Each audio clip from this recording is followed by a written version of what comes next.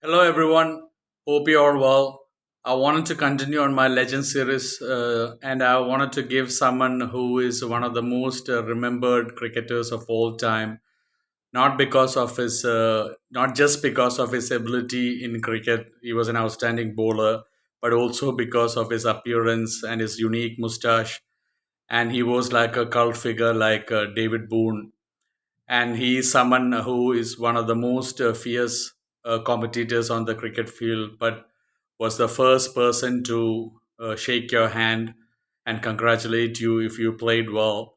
And he did that in 1992 when Sachin Tendulkar scored his second 100 in the Australian tour at Sydney.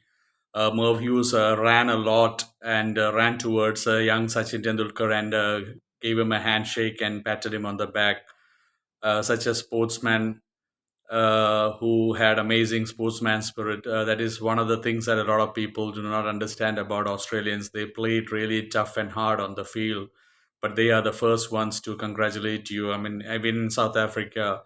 I have been abused the first match that I was played, but after I top scored, I had people coming and giving me handshakes and tapping me on the back. And he's also someone who has taken the most unusual hat trick in Test cricket, which was spread in 2 days, among 2 days, two innings, and three separate overs. No one has ever taken a hat trick like that. And he's someone who was very passionate about sport. And when he was young, his love for desire and love for sport was regarded as unquenchable. And someone who had a deep affection for his teammates, and who was also born in Victoria, just like Shane Warne, and someone who was just a legendary figure in cricket. It is impossible to forget him. I'm talking about Australia's Merv Hughes. A lot of people will have a smile on their face when they hear Merv Hughes. He was born November 23rd, 1961, in Victoria, the same province that Shane Warne came from, and they had a good friendship. And he is also someone who loved his food and drinks, just like Shane Warne. And he played 53 test matches for Australia, and he took 212 wickets with seven 5 wicket hauls and one 10 wicket haul.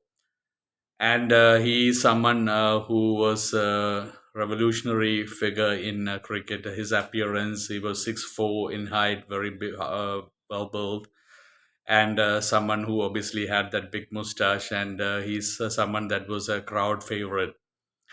I mean, the hat trick that I'm talking about that happened in 1988, 89 at Waka, the Perth, against West Indies. He took in the 36th over, last ball, he took the wicket of Curtly Ambrose, caught behind, and the first ball of his 37th over, he finished and ended the West Indies' first innings by removing Patrick Patterson, the fast bowler of West Indies.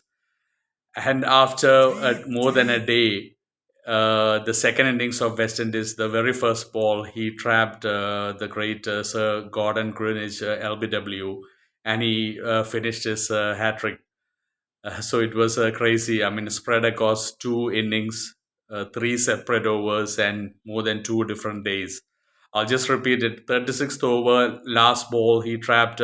Sorry, he had Curtly Ambrose caught behind. 37th over, first ball, he removed Patrick Patterson and ended the first innings of West Indies. And in the second innings of West Indies, more than a day later, the first ball, he trapped Gordon Greenwich, LBW, and completed his hat trick.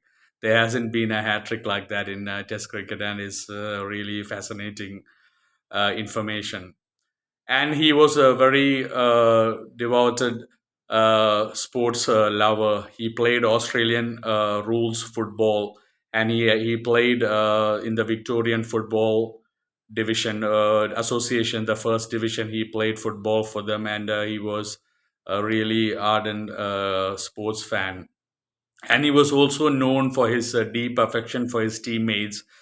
I've also read in Shane Warne's autobiography, and even some of the things that he has said, that Merv Hughes was a highly protective, very loyal person. And he is the one who saved Ian Botham, Sir Ian Botham, when he fell into the river when there were crocodiles around, and Merv Hughes jumped into the river and saved Sir Ian Botham. But that is what you would expect from an Australian. They are highly, highly loyal, 100% loyal people. They really play tough and hard on the cricket field, but they are extremely loyal to their friends, to people, and they've got a big heart. It's unfortunate that a lot of people don't understand Australia, but I do know that people in India have a deep affection for Australians. Australians are respected highly in India because of the hard way they play cricket and how much commitment and passion they have for the game.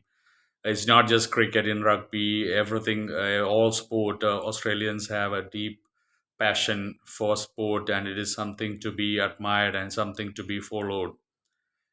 And Merv Hughes was also a selector for Australia since 2005. He replaced Alan Border as a selector. And when he was selector in 2009-10, there was a season, Australian summer, when Australia went undefeated in all three formats of the game, which is Test cricket, One Day cricket, and T20 cricket. They didn't lose one match in the Australian summer, and that was when Merv Hughes was the selector. So he has served in a lot of capacities for Australia, and obviously he bowled a lot with the Greg McDermott, the Australian fast bowler, sensational fast bowler. And that incident that I'm talking about, 92, Sachin Tendulkar scored. I mean, he had scored 100 at Perth, the WACA, when he was very young. And at Sydney also, he scored 100. And when Tendulkar was walking out of the ground, Merv Hughes was in near Tendulkar. Even Dean Jones was around the boundary, and he also came and congratulated Sachin Tendulkar. But Merv Hughes was a long way from Sachin Tendulkar, but he ran all the way to Sachin Tendulkar and gave him a handshake. But that is the sportsman spirit of Merv Hughes, one of the most toughest, fiercest rivals and competitors on a cricket field. But he was one of the first people to congratulate you and clap for you if you played a good innings. And I also remember that 277 from Brian Lara, one of the magical innings, Brian Lara at Sydney, when he was also very young. And Merv Hughes, I remember watching clips where Merv Hughes used to clap and shake hands with Brian Lara. So that is my video on Merv Hughes, one of the most remembered figures in cricket, and who was also an outstanding bowler. Let's not forget about it. 53 test matches, he took 212 wickets. And in that match against West Indies, where he took that unusual hat trick, he took 13 wickets, 5 wickets in the first innings and 8 wickets in the second innings. So 13 wickets in that match, and that is his best match figures. And I just want to say thank you so much to Merv Hughes for all your contribution, for showing that you can be the most fiercest competitors on the field, but sportsmanship that you showed, you can be the first one to shake hands with someone who played well, and that is such a absolute inspiration to every young cricketer. And even for me, growing up, I say even young growing up, it was an amazing thing watching you. And obviously, having followed cricket from the late 80s, early 90s, you can never be forgotten. Thank you for everything you have done for Australian cricket. Thank you for being such a legendary figure in cricket. And one thing I can assure you is that you will never be forgotten, and you'll always have fond memories. I mean, even there were a lot of crowd support for you and people imitating your run up, and you had a long run up where people he used to have even up to 45 paces of run up, and people used to imitate him. And he's one of the, like I said, one of the cult figures of cricket. Thank you for everything, Merv Hughes, and take care and good luck with everything. And thank you everyone for watching, and thank you for supporting me. Take care of yourselves, and God bless you.